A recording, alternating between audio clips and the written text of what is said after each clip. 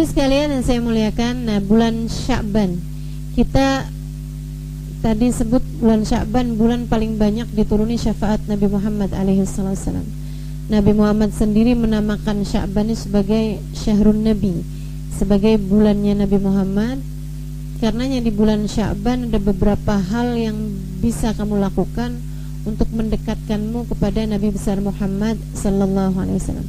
Yang nomor satu, seperti mana yang kita tahu, banyakin baca sholawat. Ya, pokoknya itu memang salah satu cara paling gampang buat deket sama Nabi Muhammad alaihissalam.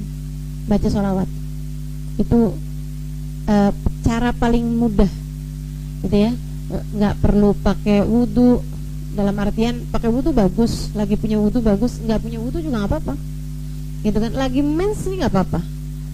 Dalam keadaan apapun, dimanapun bagus buat baca sholawat kepada Nabi Muhammad, ya kecuali ketika kamu sedang berada di kamar mandi ya, karena itu kan lagi di tempat yang tidak sunnah untuk berzikir, gitu ya. Tapi kalau dalam hati juga nggak apa-apa, gitu kan. Tapi kalau dilafalkan nggak boleh, gitu ya. Sholawat kepada Nabi besar Muhammad sallallahu alaihi wasallam. Nabi Muhammad mengatakan, "Aktsiru minas salati alayya fa inna salatakum alayya nurul lakum." Dalam satu riwayat, "Fa inna salatakum alayya tablughuni." Perbanyaklah kalian membaca salawat padaku, salawat kalian akan menjadi cahaya bagi kalian. Cahaya bagi kalian, bukan cahaya buat Nabi. Walaupun kita salawatan kepada Nabi, tapi salawat tersebut itu nggak banyak nguntungin Nabi, teman-teman. Bukan berarti Nabi tidak diuntungkan dengan salawat kita, diuntungkan dengan salawat kita. Meskipun keuntungan Nabi Muhammad tuh baliknya kepada kita juga umatnya, gitu ya. Salawat itu artinya kita mendoakan agar Nabi dapat rahmat. Kok Nabi didoain dapat rahmat? Emang Nabi selama ini nggak dapat rahmat? Dapat. Bagaimana mungkin tidak mendapatkan rahmat jika beliau adalah justru hakikat rahmat itu sendiri. Kata Allah, "Wa ma arsalnaka illa rahmatan lil alamin." Kami turunkan engkau wahai Nabi Muhammad sebagai rahmat buat alam semesta. Nah, kalau Nabi Muhammad sebagai rahmat, berarti kan Nabi nggak perlu rahmat. Itu teman-teman saudara sekalian, semacam menuang kepada sesuatu yang sudah penuh. Ini ada tempat udah penuh nih, kita tuangin, apa yang terjadi? Luber. Nah, luberannya itu yang kelak akan menjadi syafaat buat umat yang paling banyaknya kembali kepada kita yang bersolawat. Kenapa solawat itu lebih banyak lagi disunahkan di bulan Sya'ban ini? Karena satu, bulan Sya'ban ini bulannya Nabi Muhammad, gitu ya. Dan cara mendekat kepada Nabi Muhammad tentu saja salah satu adalah dengan membaca solawat, yang paling mudahnya bahkan.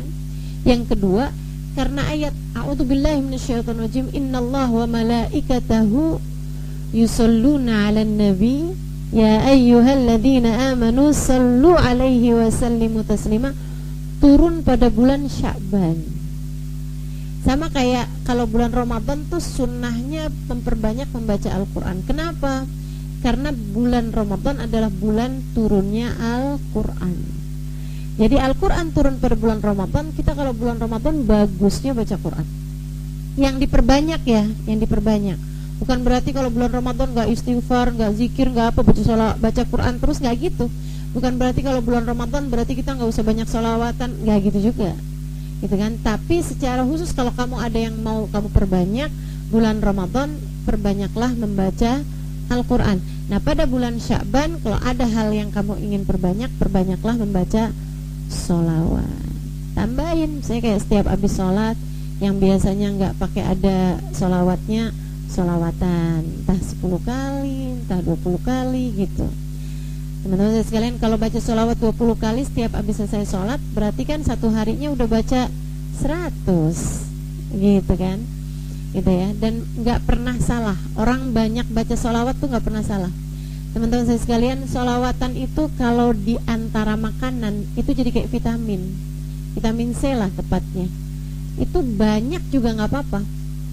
Orang tuh kalau banyak makan vitamin C itu nggak masalah teman-teman.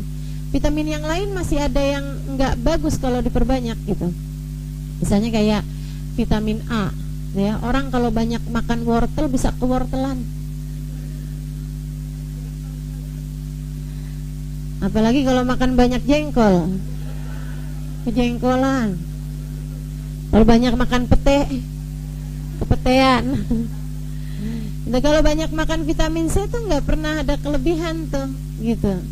Badan akan prosesnya menjadi sesuatu yang bermanfaat gitu buat badan. Tuh.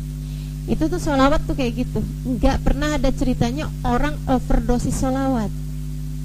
Nggak ada, teman-teman. Memang paling bagus banget tuh dah memperbanyak sholawat kepada Nabi besar Muhammad sallallahu alaihi wasallam. Aktsiru minas salati alayya fa inna salatakum alayya nurul lakum. Kata Nabi Muhammad, perbanyaklah baca sholawat. Sholawat kalian itu akan jadi cahaya buat kalian. Buat kalian. Dalam satu riwayat, fa inna salatakum alayya tablughuni. Karena sholawat kalian itu kalau banyak, tablughuni, sholawat tersebut akan sampai padaku. Apa maksudnya sampai kepada Nabi Muhammad? Sampai, dan kalau banyak terus-terusan nabinya akan ngeh gitu, nabinya akan peduli, nabinya akan siapa sih nih, kayak kamu gitu. Kalau ada orang transfer walaupun gak banyak tapi tiap hari gitu, misalnya transfer 20.000 gitu kan, tapi tiap hari teman-teman, lama-lama kan siapa sih nih gitu kan. Demikian pula dengan salawat kita kepada Nabi besar Muhammad, semakin sering semakin mungkin untuk membuatmu dikenali oleh Nabi Muhammad. Ada satu ulama, satu syekh, dia satu waktu mimpi Nabi Muhammad alaihissalam. Dalam mimpinya dia manggil Nabi Muhammad, ya Rasulullah. Kayak dia lagi berdiri di rumahnya, depan rumahnya, terus Nabi Muhammad lewat gitu depan rumah dia, ya Rasulullah. Nabi jalan aja, gak noleh. Dia bangun antara seneng karena ngimpi Nabi, tapi sedih karena Nabi dia panggil nggak noleh. Hari itu juga dia laporan kepada gurunya, nanya kepada gurunya, karena orang soleh tuh cirinya orang soleh malah punya guru. Katanya dia guru saja, dia syekh, kok punya guru? Ah justru guru yang benar pasti punya guru gitu. Jadi akhirnya beliau pun nanya kepada gurunya. Dia bilang, lo aitun Nabi sallallahu alaihi wasallam al-barihah. Tadi malam saya ngimpi Nabi Muhammad. Marra alayya, Nabi ngelewatin saya gitu. Saya memanggilnya, fanaidaituhu falam yujibni. Saya panggil Nabi Muhammad tapi dia enggak jawab panggilan saya. Fagumtu hazinan wa masruran. Saya bangun dalam keadaan sedih tapi juga senang. Senang karena ngimpi Nabi, tapi sedih karena Nabi tidak menjawab panggilan saya. Syekh, kenapa Nabi nggak jawab panggilan saya? Untung syekhnya memang syekh beneran ya. Ini kalau saya yang ditanya gitu kan, gimana saya tahu? Saya bukan Nabi Muhammad. Karena syekhnya ini adalah syekh yang memang luar biasa teman-teman saya sekalian. Syekhnya tahu sebabnya. Beliau bilang, li'anna rasul lam ya'rifuka ba'd. Kamu gak dijawabin sama Nabi Muhammad tuh karena Nabi Muhammad gak seberapa kenal sama kamu. Kamu gak seberapa dikenal sama Nabi Muhammad. Tapi belum apal gitu sama kamu gitu. Belum ngeh, belum peduli, belum. Nih teman-teman, ini kan yang hadir di tempat ini nih, yang hadir di tempat ini nih, saya lihat.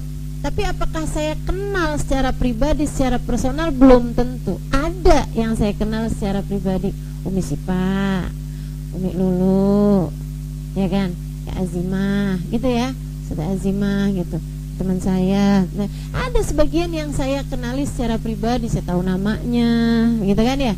Tapi yang lain-lain, ya saya tahu sebagai jamaah majelis, apa nih namanya? Fathur Rahman, ya. Tapi maksudnya nggak tahu secara pribadi gitu kan. Nah kayak begitu. Nabi secara umum umatnya tahu semua. Nabi tahu kalau ini umatnya ini bukan, ini umatnya ini bukan. Nabi tahu teman-teman. Akan tapi apa apakah kamu sebagai seseorang yang dikenali secara pribadi sama Nabi Muhammad? Nah itu yang belum tentu. Menurut saya sih, saya dalam hidup nih, saya harus berusaha sekurangnya, berusaha untuk menjadi seseorang yang Nabi Muhammad kenal secara pribadi sama saya. Itu cita-cita saya. Jangan sampai saya meninggal dunia belum jadi seseorang yang dikenali sama Nabi Muhammad. Saya nggak mau begitu, gitu kan? Saya nggak mau Nabi kenal saya sebagai salah satu dari umatnya gitu aja tuh, nggak mau. Saya kepengen jadi seorang yang Nabi Muhammad tahu nih Halimah Ali terus nih, kerjaannya, profesinya ngajarin ilmu yang bikin orang tambah kenal sama Allah, tambah kenal sama aku gitu, sama Rasulullah. Itu saya pengen jadi seorang yang dikenal sama Nabi Muhammad alaihissalam. Ini Syekh ini nanya sama gurunya, kata gurunya jawabannya gitu, kamu belum jadi seseorang yang dikenali secara pribadi sama Nabi. Kalau gitu Syekh, gimana cara saya untuk menjadi seseorang yang dikenal secara pribadi oleh Nabi Muhammad? Syekh tersebut menjawab, aktsir minas salati ala nabi, banyakin baca sholawat Nabi Muhammad. Dia pun banyak baca sholawat. Terus kasih tahu sama gurunya, dia udah ngajar teman-teman, dia udah ya memberi kajian-kajian dan lain sebagainya gitu ya. Tapi bersama dengan itu ditambahin banyak baca sholawat. Belum tidur baca sholawat, pokoknya setiap hari dia harus baca sholawat sekian kali gitu. Terus diemnya tuh tiap diem dibaca sholawat gitu. Sebulan, 2 bulan, 3 bulan, 4 bulan, beberapa waktu kemudian dia kembali bermimpi yang sama. Lihat Nabi Muhammad lagi lewat depan rumahnya. Dia jawab, Assalamualaikum warahmatullahi wabarakatuh ya Rasulullah. Assalamualaikum ya Rasulullah warahmatullahi wabarakatuh. Nabi noleh kemudian menjawab, Waalaikumsalam warahmatullahi wabarakatuh. Dia senang banget. Terus dia nanya, ya Rasulullah, dzakal yawm ra'aituka fil manam. Wahai Rasul, hari itu juga saya bermimpi engkau. Aku memanggilmu tapi engkau tidak menjawabku, wahai Rasulullah. Apa sebabnya? Nabi Muhammad kemudian menjawab persis seperti apa yang disampaikan gurunya. Dzakal yawm lam a'rifuka ba'd. Hari itu lam a'rifka ba'd, saya belum mengenalmu. Falamma aktsarta minas salati alaihi sirtu a'rifuk. Ketika kamu memperbanyak membaca sholawat padaku, aku pun jadi kenal denganmu. Tuh, gampang banget, enak banget teman-teman. Kalau misalnya nih ya, kita nggak bisa mendekat kepada Nabi kecuali dengan kita pergi ke Madinah. Nggak semua orang dari kita bisa pergi ke Madinah, betul nggak? Kalau kita nih nggak bisa kenal dekat sama Nabi Muhammad kecuali dengan kita berangkat pergi umroh, berangkat pergi haji misalnya gitu. Sehingga sekalian, ada berapa banyak di antara kita yang nggak sanggup untuk pergi ke sana gitu, baik secara finansial misalnya, ataupun ninggalin keluarga apa segala macam, semuanya ada banyak hal gitu. Akan tetapi gampang bener. Atau misalnya gini, bisa kamu deket sama Nabi Muhammad kalau setiap hari 10 juz Al-Quran. Kan berat. Misalnya setiap hari kamu harus puasa dulu kalau mau deket sama Nabi Muhammad. Kan berat, betul gak? Setiap malam harus sholat dulu 100 rakaat. Berat teman-teman, misalnya gitu. Tapi ini tuh ringan banget, sholawatan. Alhamdulillah. Jadi nganggur-nganggur daripada bahas hal-hal yang gak jadi tanggung jawab kita, mendingan sholawatan aja. Kalau lagi enak memungkinkan, pegang tasbih baca sholawat. Kalau gak lagi memungkinkan, sambil nyapu, Allahumma salli ala sayyidina Muhammadin tibbil qulubi wa da'iha wa afiyatil abdani wa